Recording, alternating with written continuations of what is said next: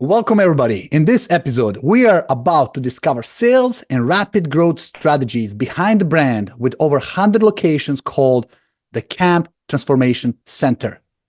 Welcome to Top Rated Gym, the podcast that helps ambitious gym owners build profitable and sustainable fitness businesses. I'm your host, Andres Vjovic, and with every episode, we deliver actionable insights, expert advices, and stories to help you grow your membership, streamline your operations, and achieve financial stability, even if you struggle with marketing challenges, operational overwhelm, or financial limitations in the past. Let's get started. Today, joining us on Top Rated Gym is Kyle Glasgow, a seasoned expert in franchise development and the current vice president of the franchise development at the Camp Transformation Center.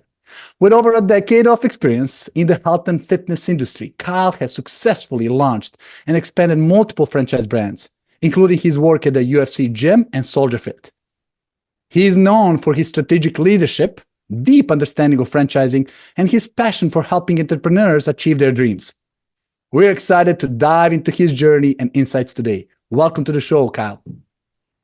Well, Andre, that's a heck of an intro. That's going to be hard to live up to, but I really appreciate it. Thank you so much. No, you did, man. Thank you for being humble. Let's start with your story. How did you get into franchise development? Can you share a couple minutes story about that? Sure. Yeah. Actually, I was in the health and fitness industry. I started with a small company on the East Coast. And there I started working at the front desk. And then I got into membership sales. I became a general manager of a location, an area director. And an opportunity came up for me to start working with some friends who were trying to launch a brand from the ground up. We'd previously worked together at another business, and that's how I got into it with Soldier Fit. So that was my start in franchising. I started in gym operations there, and then they made the jump to start franchising, and I helped them award their first, I think, 15 franchises within about a year or so. Wow. So really your skills is sales. Last time we talked about, I know we can talk about for hours and multiple episodes about sales and mindset and, a lot of these operations. But really today we want to deep dive into sales. Would you mind sharing with me, what do you consider the key ingredients in successful selling a fitness franchise like the Camp Transformation Center?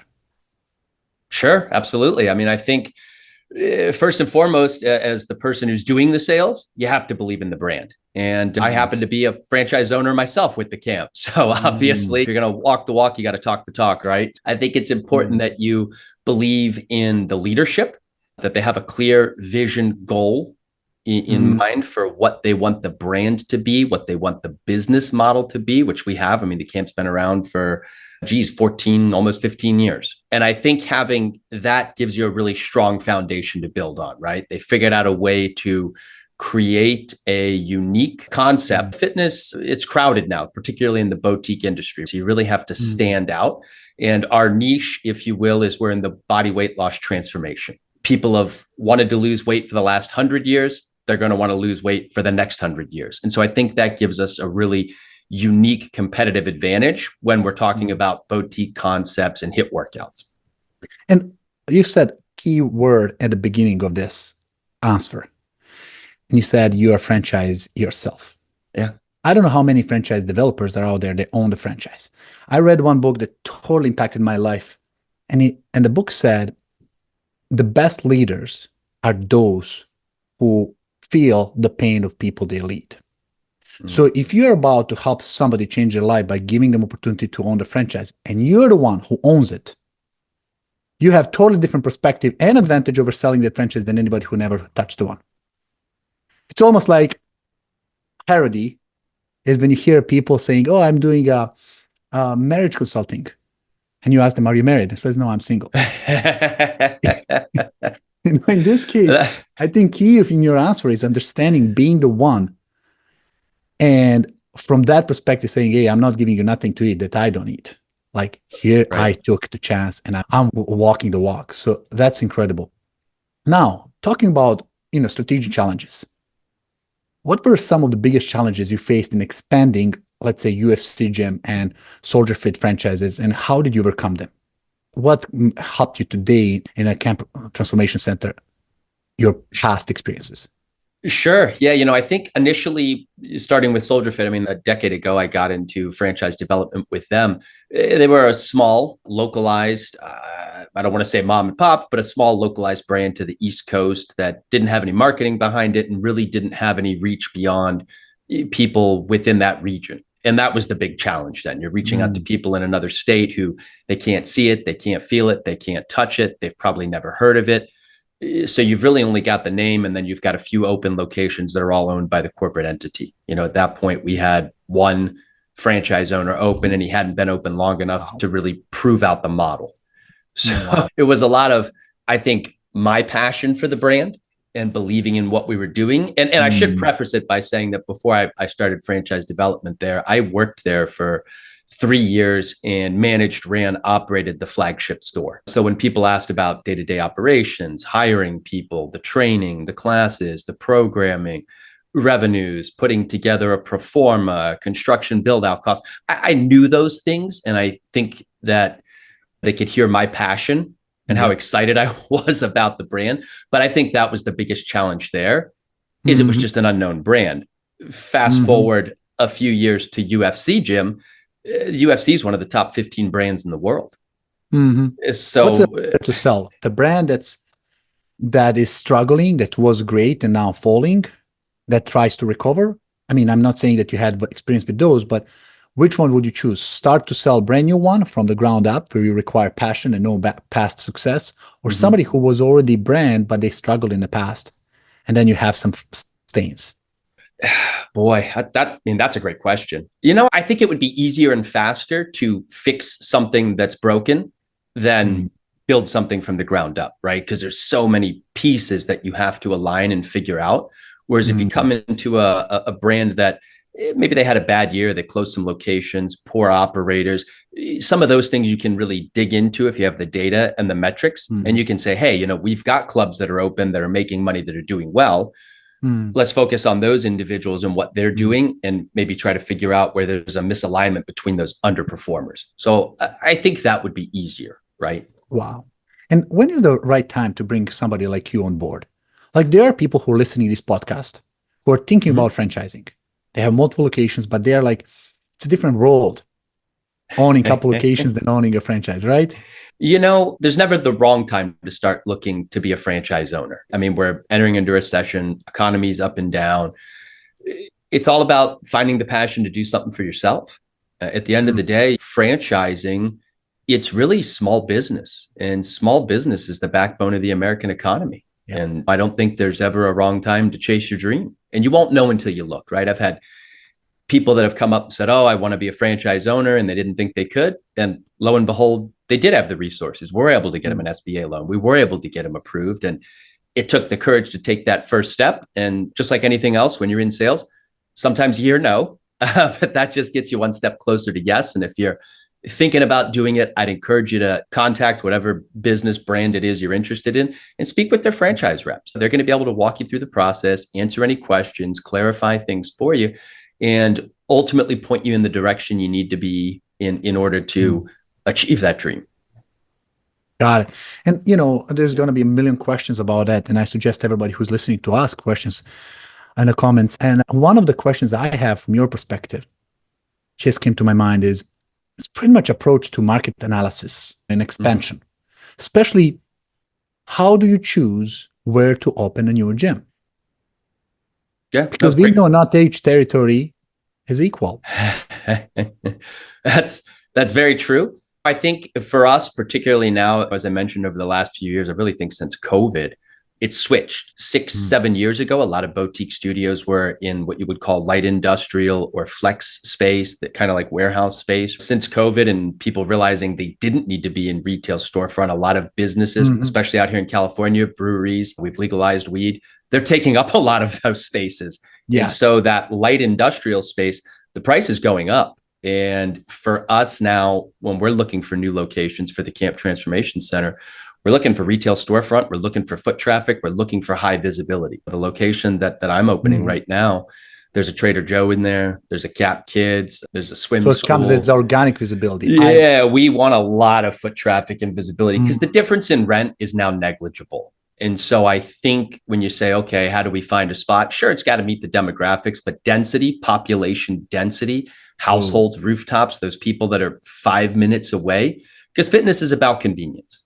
The closer I am to the gym, the more likely I am to go, right? I'm not going to drive 20 minutes to go to the gym. I want to 5, maybe 10, 12 minutes. We've done the research. We found that 87% of our members, they live 12 minutes or closer to the gym they attend. And we do that through cell phone tracking. Members. Yeah, there you go, right? And so we want high visibility, high foot traffic, lots of parking, and we want the rooftops. We look for 25, maybe 30,000 households within that 3-mile radius or more, right? And if we can get that, we feel really successful. And since a lot of shopping centers are kind of dying, there's plazas, you can see just like blacked out windows and they're drying out. A lot of parking space, but not much traffic. So kind of staying away from those, right? It's not about cheap rent. It's about really something that brings people who looked into it. And this is helping them how? With the membership sales, initial engagement, advertising cost.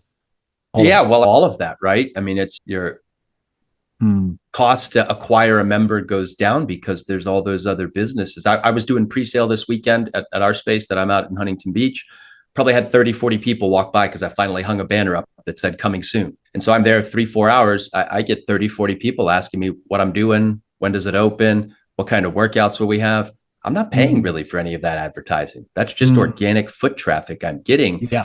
And if I'm in, as you said, maybe it's cheaper rent, but it's one of those dying shopping centers. Yeah. I mean, if I'm using Facebook or Instagram, it's whatever my CPL is times 50. That might have been $1,000 worth of free marketing I just got on a Saturday. Yeah. Right. That comes in every month. There's no cost. Yeah. Comes in every Saturday. So, I mean, I'm doing great. Right. So that's what we're looking for now. And I think we're going to see that shift in boutique fitness as a whole. They're going to start looking for those high traffic centers. And so now it really comes down to operations. And who do you look as a target audience when you're selling franchise to? You're in sales process. You need lead generation from franchisees. You need great people as well. Like, who would be ideal profile for you to say, I want people like this to buy a franchise because I know they'll make it? Like, did you identify a profile of successful guys? Is there such a pattern? Yeah, it's tough. You never really know. Ultimately, I think it comes down to what we're finding now is people with management experience, people with leadership experience, but really more of that servant leadership experience, right? It's not, I'm the boss, my way or the highway. Yeah, it's, I'm the boss. What can I do to assist you in being better at the job that I'm hiring you for? And we find that those owners who can hire a team, develop a team, stay connected to the team, and be involved in the business. And that doesn't mean going in for 8 or 10-hour shifts, but that does mean looking at the end of day reports. How many leads did we generate? Did my team follow up and make phone calls? Did they set appointments? Did they sign people up? Is there that customer service, that sales process in place? And are we following up with it? I find that those owners who tick those boxes, they do well. Some of our top performing owners are in the military, former police officers, because they're used to those SOPs, right? There's those standard operating procedures, right? Yes. And they can follow a process. You give them a process, they can follow it. It's great to have people that are entrepreneurial. We don't want them too entrepreneurial though, right? So it's too hard to handle. Yeah. Too many ideas. I tell people, like, if you had a frozen pizza, it says, okay, heat the oven and put it in for 400 degrees for 10 minutes, but you're really hungry. So you turn the oven up to 500 and you cook it for 7 minutes. That pizza ain't gonna come out right. Okay. It's a great idea. It's not going to work. And it's the same thing here. You may have some great ideas. They probably won't work. We've been around for 14 years. We know what works. Just follow the system. And I know a lot of franchisors say that, but it's true. We want someone who wants to do something for themselves, maybe build a legacy, maybe pass a business on to their kids. They're inspired. They're driven by kind of those type things. Yeah. Those are the people we look for, and we gravitate toward them and they'll gravitate toward us. The person who says, I want to do this just to make an extra $5,000 a month, and they're focused on the money. Yeah. Go do something else. There we because go. the fitness industry is a high service business. And so we have to serve the client's needs. And that's with any sales, right? I mean, You that's gotta number love one it. is, yeah, right. The understanding the client's needs is at the top of sales. And so as a potential franchise owner, you need to understand what the Mm. brand's trying to do and who our members are. Got it. Then you also want somebody who's maybe ambitious enough that can say, hey, Mhm. beside one, I want a second, third, fourth location, and so on. Absolutely. Because Absolutely. growing within a franchise as a multi-unit owners is kind of a way to scale as well. What's the fastest way for us to scale is take someone who's doing well, already understands the systems, policies, procedures, and they open a second club as opposed to bringing in a brand new person that we have to train. So yeah, I mean, it's a great way for us to scale too. And so it's a win-win, right? They get a second location and we get a franchise owner that we have trust in. We know they know what they're doing and we know they're going to be successful with location number two. And talking about, trends, there's a trends happening in a franchise world. It used to be, you'd be your own boss, buy the franchise. McDonald's started that. And it was multi-location, multi-unit ownership. Subway capitalized on it. You cannot even start unless you 8 locations. Right. But now there's a trend on multi-unit, multi-brand ownership, where people owns different brands. They are not competing with each other, like wellness and fitness and nutrition and other things. Sure. Do you see your franchisees are doing something like that? They own multiple different brands? Or do you see the hyper focus on some fitness aspect? No, that's a great question. I mean, I think, as I said, we want those entrepreneurs, right? And so I think they're serial business owners. They want to own fitness because they're passionate about fitness and they like it. I've seen other owners within our system go on to do things like coffee shops. And, it's probably just part of their DNA, right? They're up early, working out, they're into fitness. I know a lot of people that drink coffee at 5, 6 a.m. before or after their workout, right? And so I think fitness people, for whatever reason, they tend to be into several other things. Pets is a big one. We see a lot of correlations. And this is even when I'm talking to franchise brokers. They go, people are deciding between you or this pet care thing. And so I think people who are into fitness, they seem to really be into dogs as well, or some of those like QSR concepts. So it's interesting, but more healthy ones, so. Interesting. I mean, you had a vast experience, decades. But one of the interesting experience that you bring on the table is being a co-founder of Intrepid Traveler Coffee Company. So how do you, and I love when people bring different experiences from different worlds. Is there anything you could say what you learn or apply from that business that you can apply in a fitness business that's unique? Or any cross-pollination of the skills? I think being passionate about what you do is always a plus, right? So there's a few things I'm passionate about. Anybody here will tell you I have at least 2 cups of coffee a day. And if there's a new coffee store opening in Huntington Beach, I'll be there within the first week. So it's cliche, but if you love what you're doing, man, it's not work. And I mean, right now, I'm still working here as the head of franchise development. I'm launching my new location. I don't think I worked less than 14 to 16 hours a day every day last week. On Saturday, I got up in the morning. I worked 4 hours. I went to the beach. I went home. I worked 4 or 5 hours till about 8 o'clock at night on a Saturday. But that's me growing my dream and building up my brand new location that's coming. I worked all holiday weekend last weekend. Everybody else is out doing their thing. And you've just got to have the drive and the work ethic. But for me, I love it. And people say, it's a 40-hour work week. I don't think I've had a 40-hour work week since I was in high school. So I mean, I don't even know what they're talking about when they say that, right? I go, what do you do with the other 20 hours that you have? What do you do with the rest of that free time? Some beliefs here, Kyle. One of this is, a lot of people will talk about work-life balance. It's almost like there's a scale, where more you put to work, less life you have, and a lot more life you chill out, the less. I kind of believe in different approach. I believe in something called work-life integration, where mission and life and work becomes part of you and your identity, becomes who you are, and you carry it with you. And you kind of merge these things. You just says, I go out, I work, I come home, I take on the beach, and I continue. I didn't split the line. I combine both worlds. Now I'll do it based on my best time. How do you see it? Do you see it as a things that I've never heard that term before, Andre, but I love it. That work-life integration. And I mean, if you're an entrepreneur and you're a business owner, sure, you got to turn the brain off every now and then. You got to sit down and be present with the wife, the kids, when you're having dinner or at the kids' ball game or going to the movies, right? And But I mean, at the same time, if I'm cruising down the road and I think of a good idea or a good promotion, I'm using my talk to text to say, hey, what about running this promo next week? Right. Like, I mean, it is what it is. It's part of who you are. And I think for anybody that's listening, that they're shaking their head going, yeah, well, those are the people we want, right? I mean, that's kind of our flock. We birds of the feather flock together. So and you get inspired. You see your energy lift up. You start smiling like, yeah, I just said, let's grab the phone. Boom, nobody minds. It's not like, oh my God, in the middle of the road trip, I had to write this down and think about it. And it's like, damn, is this a whole trip or work?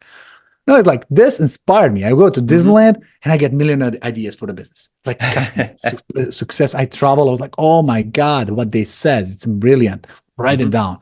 My life. I go to Tony Robbins events and they are best vacation I can ever take.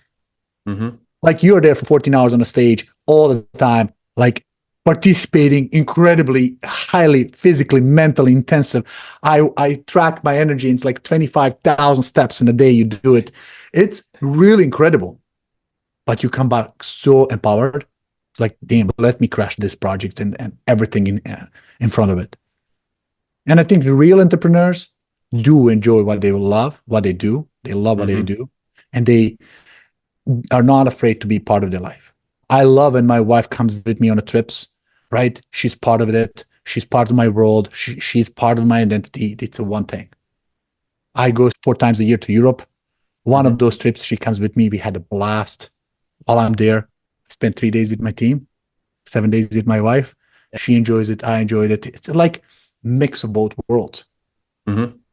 So yeah, you're not alone 14 hours a day. And what else would you do? Like you would open the TV, watch Netflix and watch the commercials, kill the time, or just do something that contributes you and your family and really rewards you for long term. That's kind of how things are built. Talking about leadership, man, you held leadership position in the multiple companies. Many people are afraid to even get into leadership position. But how your leadership style has evolved, and what do you think is the key to managing successful franchise teams? Because it's all about teams. You can't do nothing by yourself. How do you help the people you work with to do their best?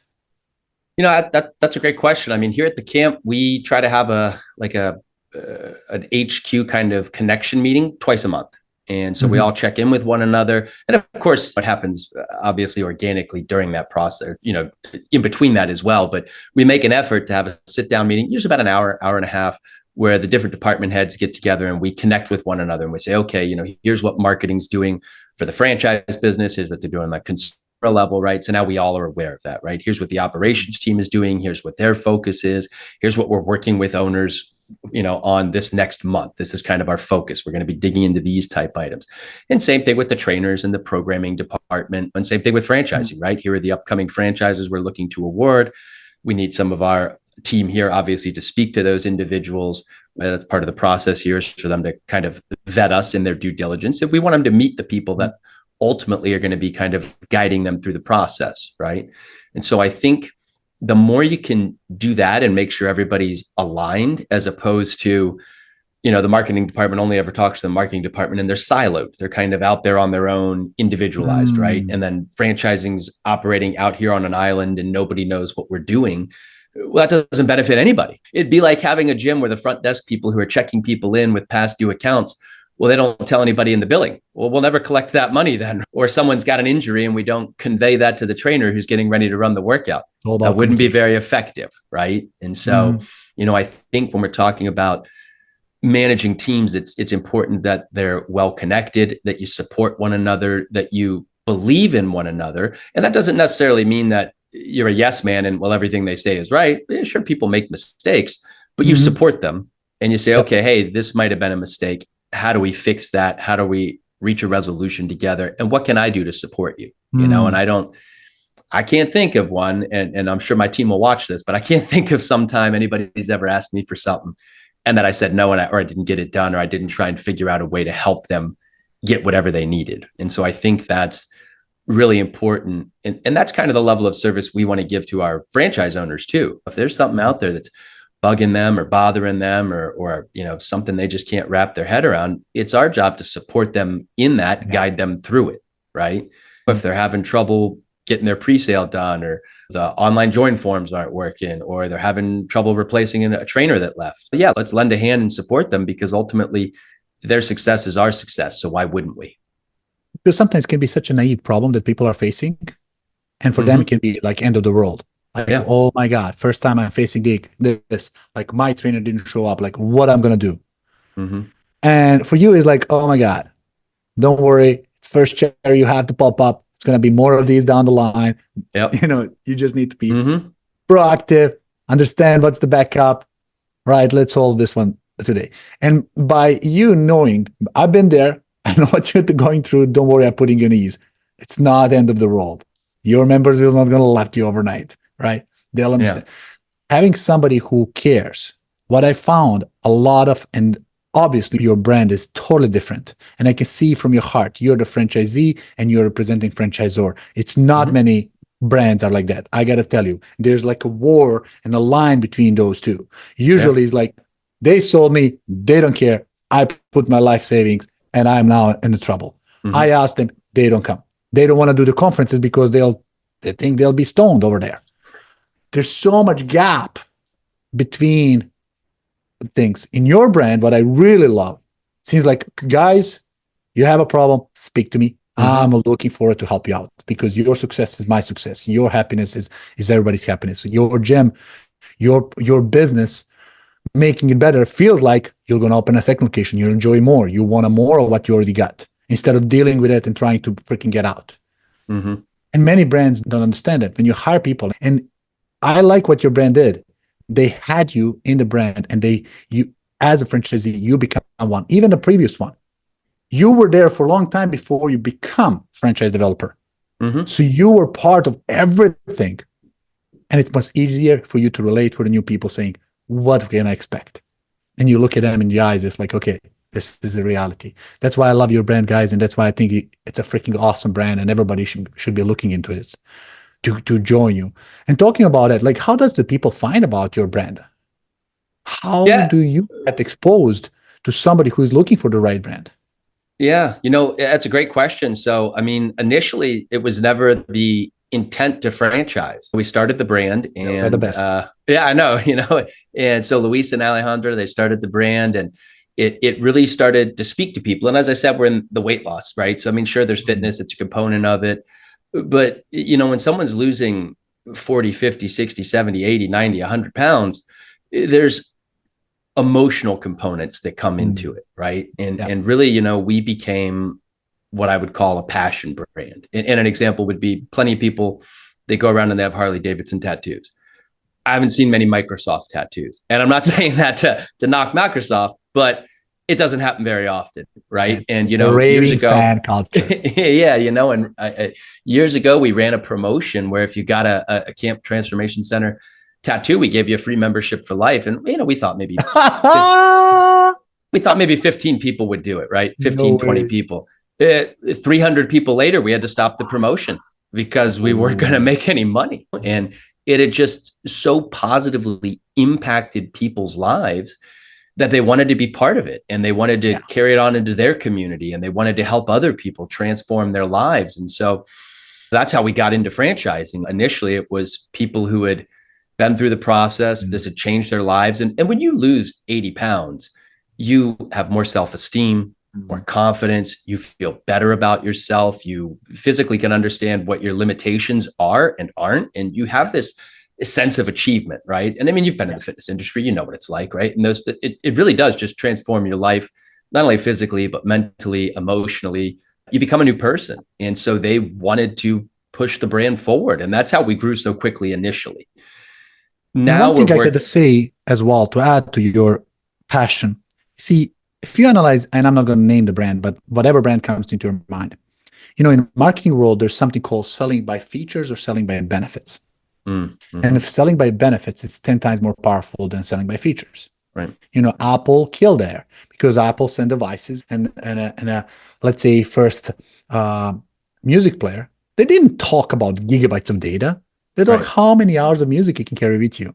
without Mm-hmm. having to listen to the same song again. While Sony was saying 10 gigabytes, 15 gigabytes, like who cares? Now, the names of the fitness brands are mostly organized around features, either like how long is the training or what they Mm-hmm. include and so on. Think about it. Your brand has transformation. I'm not signing up for special equipment. I'm signing up for results, the benefit of what I'm up to. And that's subconscious. Immediately goes in like, you want a result, Transformation Center is the place. Right. And it's a huge differentiator. I don't know how that came along, but even talks about founder desire to put that as a forefront. I'm not workout place, I'm result place. I tell them that in my company. We're not paid for great looks, our time, investment, best efforts, and so on. We are all paid for one thing, results. Mm-hmm. And transformation is definitely, and you spoke about pounds of fat lost and how that inspires you, inspires people to say, my God, the brand that I'm carrying now as the tattoo on my shoulder is the brand that changed my life. And I want it to change everybody because they feel how their life is being impacted. Yeah. Oh, I mean, it's powerful, and you're not wrong. I mean, that's exactly how the brand initially grew, and people really connected with that. They loved it. And as I said, I mean, that's initially how we grew so quickly. More recently, we actually just started marketing, advertising maybe 2 years ago. And we started working with the broker networks. And we said, hey, we know these people have access to really highly qualified candidates.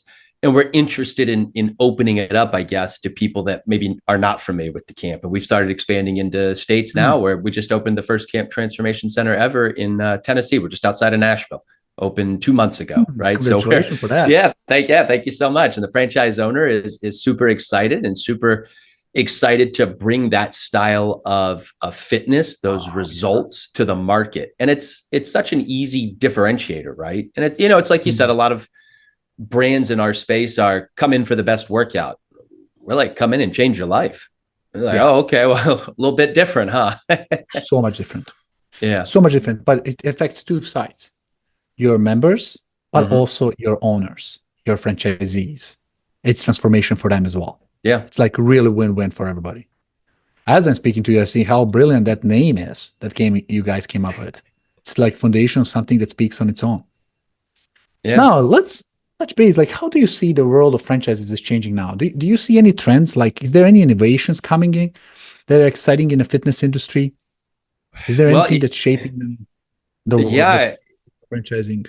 I think social media is having, particularly the TikTok generation, right? I mean, there's so much information, and there's also so much misinformation, right? But I think strength training is really on the rise, particularly with social media influencers.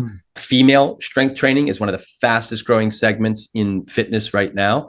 And we as a company have even pivoted within the last, I'd say 3-4 years. We used to open our studios again, either warehouse, and started making a transition into retail space. And I think if you look at our competitors, they're probably in 1,200 square feet, maybe less, right? We're shooting for locations that are 4,000 to 6,000 square feet. So my club's almost 4,500 square feet.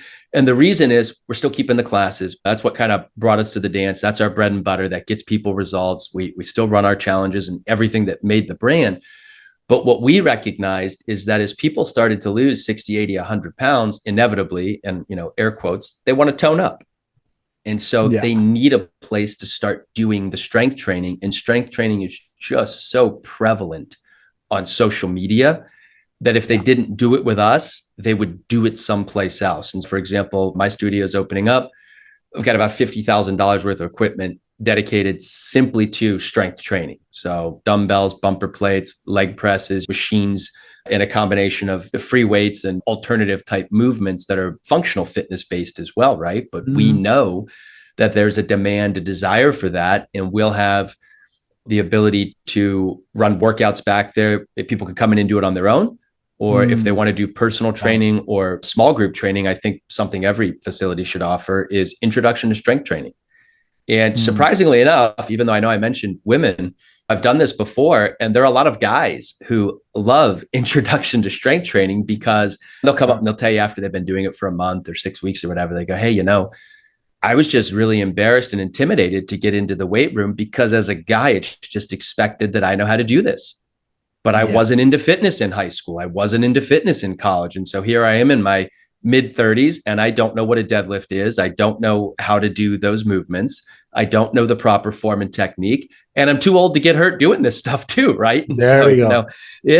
so People are not aware how badly you can injure yourself. How can you right. deform the body by Mm-hmm. looking in the mirror and working out muscles their own? When I started personal training, man, I thought my first reaction is this guy is going to show me workouts that only I can work out with him so I cannot learn and reproduce later on. It's like Right. that's his addiction and glue to my workouts, right? That's how they keep me long. How stupid was that? Because now, 3 years later, I'm doing 3 days a week, one-on-one.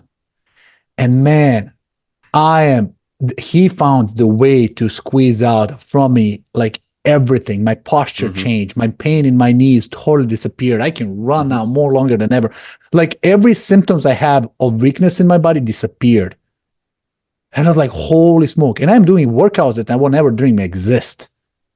It's like, where did you just get idea for this? Like, come on. This is like, we have so much fun. And I would never even look to explore that myself. So whoever is thinking about, listening and like you got yourself into an environment that's going to support you, coach you, train you, show you how, because it's different world. I know people who are in a gym every day and they go one day to my personal trainer and get muscle soreness like they were first time in the gym ever. Sure. Like I never did it. Coaches, trainers, they find a way to drive you and inspire you. I mean, look, professional athletes at the height of their game have trainers.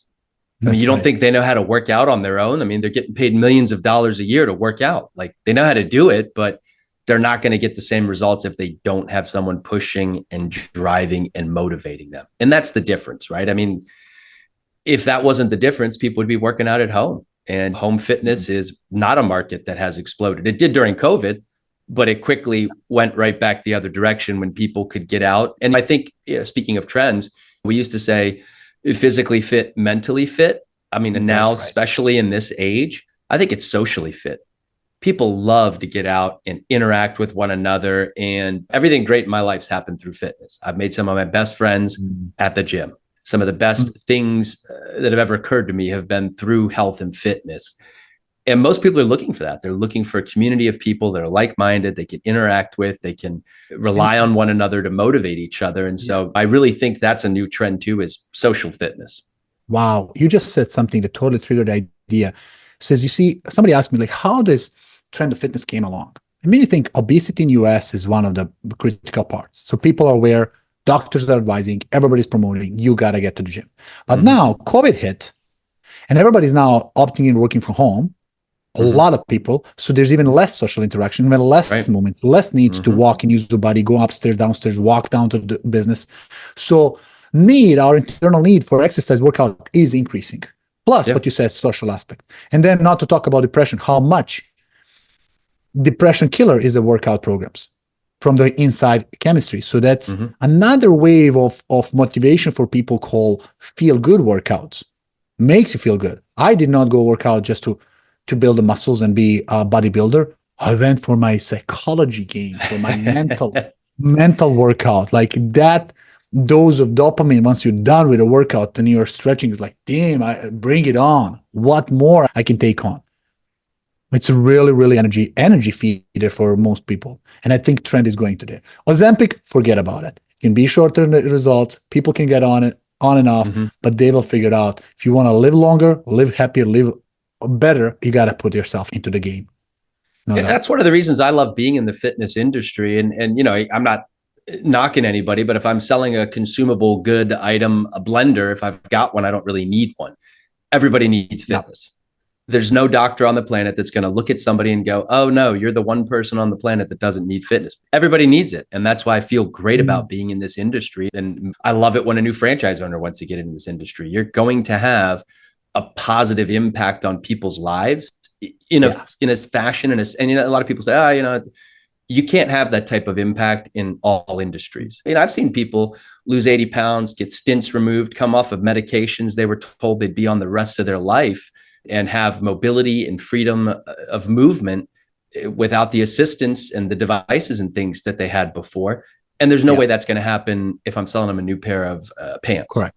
I mean, I'm not knocking it. Again, you need pants, but we happen to be in an industry that can really, truly positively impact somebody's life for the better and make life-altering changes that they won't forget. And it reflects for people around them, for their family, for everybody that absolutely. It's a contagious. That feeling good is contagious. They wanna bring people in. It's easy to refer the service, especially with the tattoo on your shoulder. Yeah.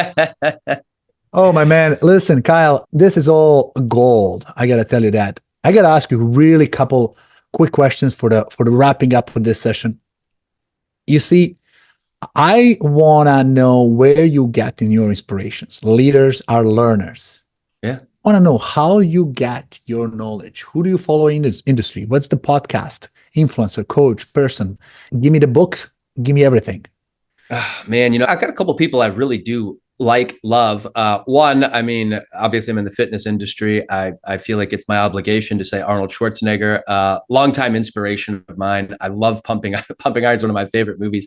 He has a new book that just came out, Be Useful, I think is his newest one. I've got 3 or 4 books by him though. So anything Arnold, absolutely love him. Simon Sinek, I think he's one of the, I hope I said that right, Start with Why. Yeah. Yeah, I think he's one of the most brilliant people on the planet. I love hearing the guy speak. I love hearing the way he just talks about things. He looks at information, people, dynamics in a way that I don't think many people do.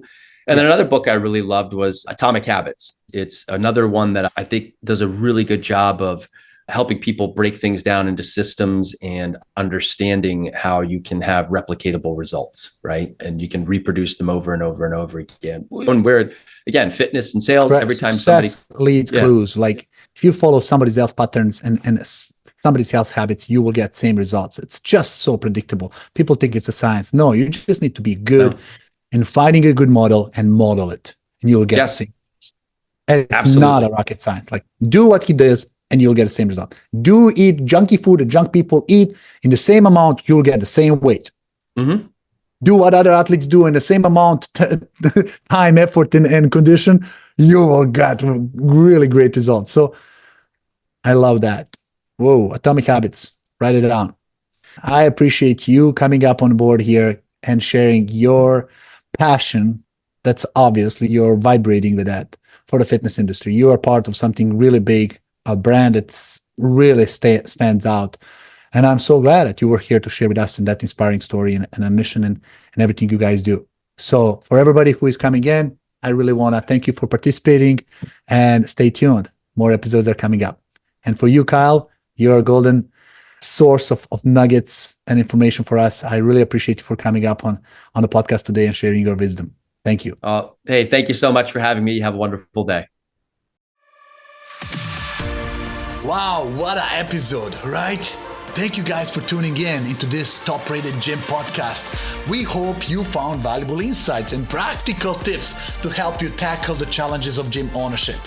If you enjoyed this episode, please subscribe, rate, and review the podcast on your favorite platform. We want to reach the community. With your help, we can be the biggest contributor, biggest resources for you and other gym owners. Don't forget to follow us on social media, Instagram, Facebook, Twitter, all of them, YouTube. If you have any questions, feedback, or topics you would like us to cover, or people you would like us to interview, or if you want to be interviewed on the podcast, reach out at topratedgym.com. Stay tuned, stay motivated, keep pushing your gym to the top. Until next time, this is Andre signing off. Bye.